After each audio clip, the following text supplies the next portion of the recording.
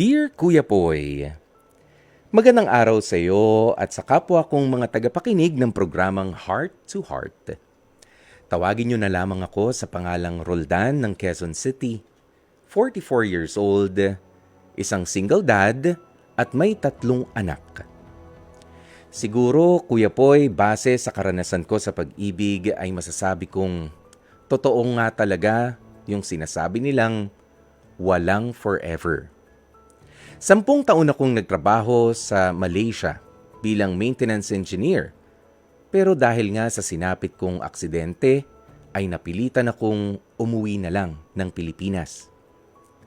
Hindi na ako nabigyan ng pagkakataon na makapag-abroad pang muli. At unti-unti na nga naubos ang ipon ko dahil sa gastusin sa aking 3 anak. Dito naman nagdesisyon ang kinakasama kong si Eneline na siya naman ang makipagsapalaran abroad patungong gitnang silangan.